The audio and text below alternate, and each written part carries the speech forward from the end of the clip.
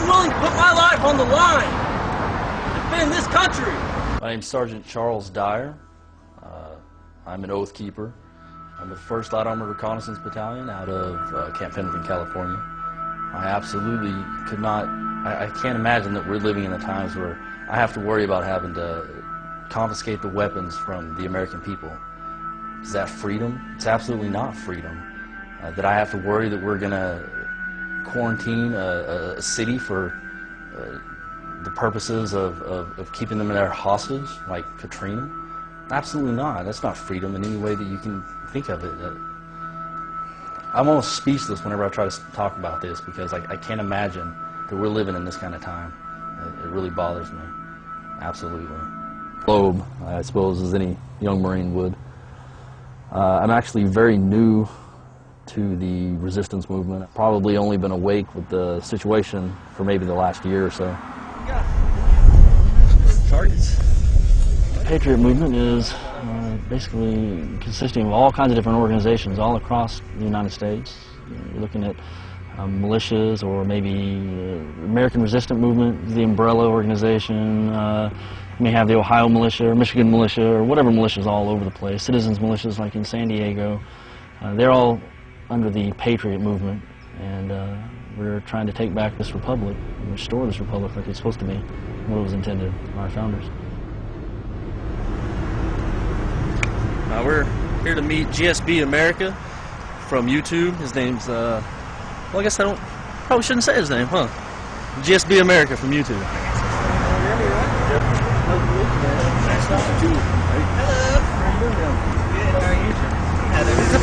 That's our biggest weapon now, the internet. That's getting the word out so fast.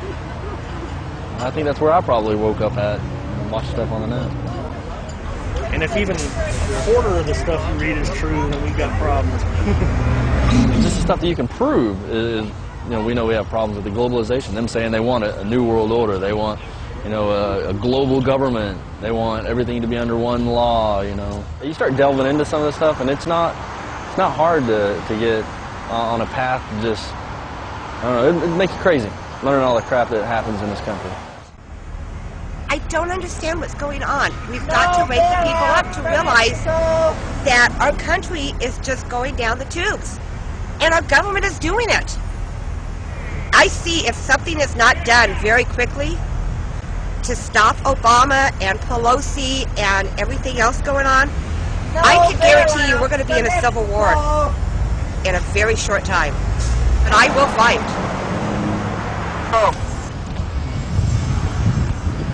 All right, I see a lot of older faces around here. How many of you guys are military? Military? All right.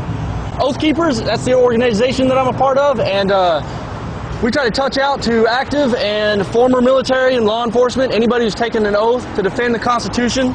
Try to make them realize that the oath that they took doesn't expire. So for you older gentlemen too, you may think, I'm too old, there's nothing I can do, right? That's wrong. This is bigger than the immigration problem.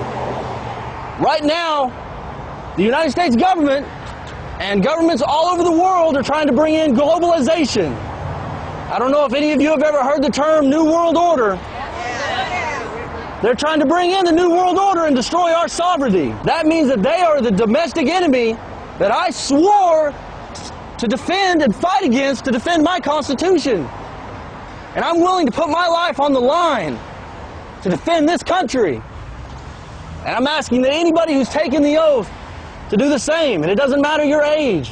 So that's all that I really want to talk to you guys about today. And I thank you all for coming out here. This is very exciting. Oath Keepers just started a few months ago. Stuart Rhodes, former airborne rangers in the Army, worked with the Ron Paul campaign at the highest levels, got upset about what was happening with the New World Order after the campaign ended. Oath Keepers meeting coming up on the Green in Lexington, where it all started in 1775, April 19th. We went to Lexington Green. What we were there to do was just to let people know about Oath Keepers and what Oath Keepers were and what it was to keep an oath and not just take an oath, because there's a big difference between oath. Pledging my life. Pledging my life. My fortune. My fortune. And my sacred. It's where the first shots of the Revolution were fired. I normally meet some militia members from San Diego. Some of my guys help train their guys, since all my guys are Marines and they're all civilians. We need a citizen militia. We need a citizen militia to defend us from the government, basically. That's the only reason we have the Second Amendment, is to defend the American people and our country from a tyrannical government, which is what we're heading toward right now. What's that left flank now? We are definitely the guardians of the Republic and the last stand if something comes down. Because the military, they fall under the UCMJ, and a lot of people will follow any order just for fear of being thrown in prison and put in the brig. But there's a lot of us that will defy orders as long as it is for the Constitution and defense of the Constitution. You know, we know what this is all about. We know why we're here. And we're very strong in our beliefs and our convictions. They need to realize that, you know, the reasons we're in Iraq and Afghanistan right now are not as good as people think they are. Right now we're doing nothing other than feeding the industrial military complex and creating debt for the Federal Reserve, which isn't even a federal organization, so that they can enslave us and control us. So, join the military, depends on what you want to do with it. Me, I'm going to use my training for the military, and I suppose become one of those domestic terrorists that you're so afraid of from the DHS and their reports. Ridiculous. Where I got detained and searched while I was in uniform. Wait, what? Really?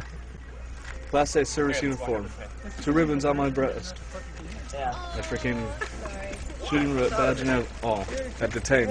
I was Fort Worth on my layover. Searched my bag, searched my gear, searched everything. We're definitely targets now. Military. We are targets. And that is sad. That's sad. I've been to Iraq. You know, I've been deployed.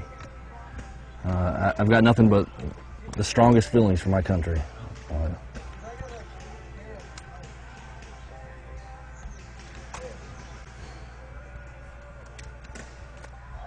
Having Marines die over there.